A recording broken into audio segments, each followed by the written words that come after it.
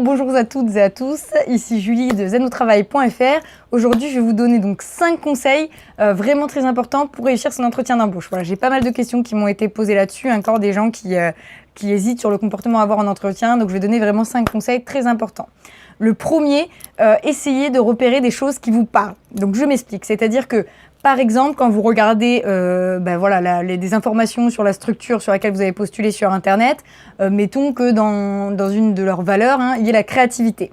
Mais n'hésitez pas à dire en entretien, voilà, la créativité, c'est très important pour moi. Par exemple, je fais du dessin donc à côté de mon travail et j'ai essayé d'exposer dans des galeries d'art. J'ai pu présenter mon projet à telle ou telle association, voilà, où j'ai monté une association autour du dessin. N'hésitez pas, peu importe ce que c'est, là j'ai pris l'exemple de la créativité, mais ça peut être plein d'autres choses, mais n'hésitez pas toujours, ce que je veux dire, à repérer des choses sur la structure qui vous parlent à vous, qui vous tiennent à cœur, et donc vraiment de vous les approprier totalement. Ça permettra, 1, de vous différencier des autres candidats, et 2, ça vous implique dans la structure, ça montre que vous êtes un candidat qui se projette. Donc c'est très important. Donc essayez vraiment de repérer des choses qui vous parlent, sur la boîte, sur la structure, sur le poste, n'hésitez pas. La deuxième chose qui est très importante, faites du lien. Faites du lien, n'hésitez pas. Faites du lien entre votre parcours, par exemple, et la boîte. Faites du lien entre votre parcours et le poste. Donc, par exemple, ça peut être n'importe quoi. Moi c'est vrai que j'ai, par exemple, ça peut être un poste de recrutement et de formation, chargé de recrutement et de formation dans une structure. Moi c'est vrai que j'ai beaucoup aimé le recrutement.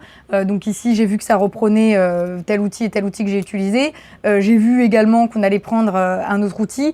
C'est un outil que j'ai eu le temps de regarder en amont. Moi je suis passionnée par, les nouveaux outils qui viennent à jour pour pouvoir communiquer avec les candidats et faire le lien entre l'interface candidat et puis chargé de recrutement. Donc du coup, c'est vrai que je suis très à jour sur toutes ces technologies. Donc j'ai déjà en tête des idées que je pourrais éventuellement vous proposer. Je me suis fait un petit topo que je pourrais vous montrer à la fin de l'entretien. N'hésitez pas à faire du lien. Voilà, ça permet de montrer que vous êtes cohérent, que vous avez bien compris déjà les missions et le lien qu'ils avaient fait eux. Parce que si vous avez été choisi pour l'entretien d'embauche, c'est que sur le papier, sur le CV, vous êtes cohérent par rapport au poste. Donc n'hésitez pas à mettre ça en lumière pour montrer qu'effectivement, vous vous êtes projeté sur ce poste, comme je le disais dans un premier temps, et ça va vous montrer aussi attirant. Voilà, ça va vous montrer attirant parce qu'ils vont dire d'accord, ce candidat, il fait du lien, il vient dans cette structure, c'est pas pour rien qu'il a envie d'être chez nous, il a une stratégie, il a envie d'évoluer sur tel et tel poste, etc. Il a une vision moyen-long terme et ça c'est très important au jour d'aujourd'hui pour les entreprises. Voilà. La troisième chose qui est très importante, c'est de donner des exemples, illustrer. Voilà, n'hésitez pas à illustrer. Souvent les candidats hésitent. Et avec le stress, c'est vraiment pas facile, mais n'hésitez pas à illustrer vos propos. Par exemple, je dis n'importe quoi, j'aime les challenges. N'hésitez pas à dire, voilà, j'aime les challenges. Par exemple, dans mon ancienne structure, ils avaient une boîte à idées et vous pouvez proposer des projets qu'on voulait mener à terme, mais qui n'étaient pas encore amenés par la structure. Et moi, j'ai proposé par exemple, d'utiliser un nouveau test de personnalité sur les entretiens qu'on avait de recrutement, qui venait de sortir, mais qui avait été approuvé scientifiquement, etc. J'ai trouvé beaucoup d'avantages par rapport à celui qu'on utilisait avant, et puis il était plus facile d'accès, et puis même plus facile, plus ludique pour les candidats. Et donc, mon idée a été celle qui a été votée, et donc on a mis ce logiciel de recrutement en place. Voilà, n'hésitez pas à donner des exemples, toujours illustrer ce que vous dites, illustrer vos arguments par des exemples. Voilà. La quatrième chose, faites attention au relationnel. Souvent, c'est des choses qu'on oublie. C'est normal parce qu'on est stressé en entretien de recrutement. C'est normal d'être stressé. On a envie d'avoir ce poste, surtout si c'est un poste qui nous tient à cœur, si c'est un poste qu'on a vraiment choisi, qu'on a envie d'avoir. Et donc, il faut faire attention à ça parce que les compétences techniques, c'est pas un souci si vous êtes en entretien d'embauche et que logiquement, vous les avez. Mais il faut faire attention au relationnel. Voilà, n'hésitez pas à poser des questions sur la structure à la fin, à vous intéresser, à vraiment montrer que vous avez de l'intérêt pour la structure, pour la personne avec qui vous êtes en entretien.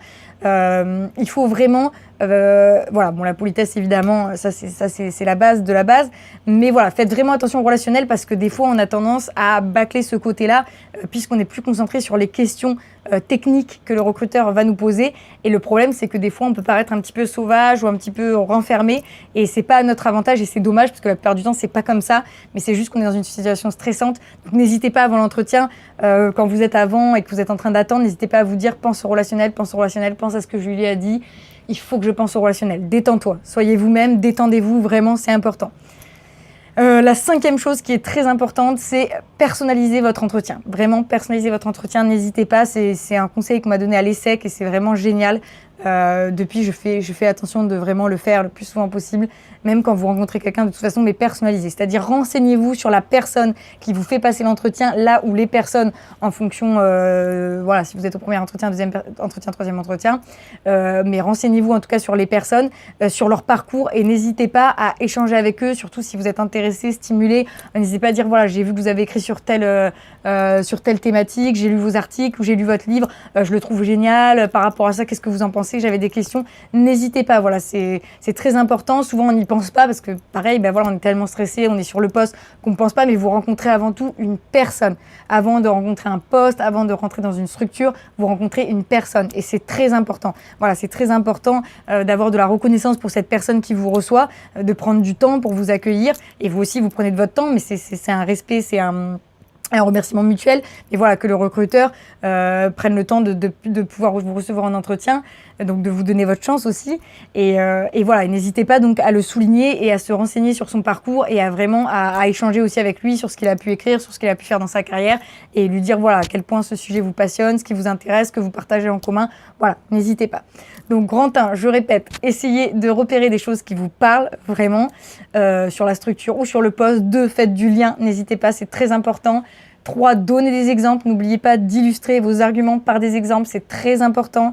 4e chose, faites attention au relationnel, pensez-y. Et 5e chose, personnalisez votre entretien avec la personne ou les personnes que vous rencontrez.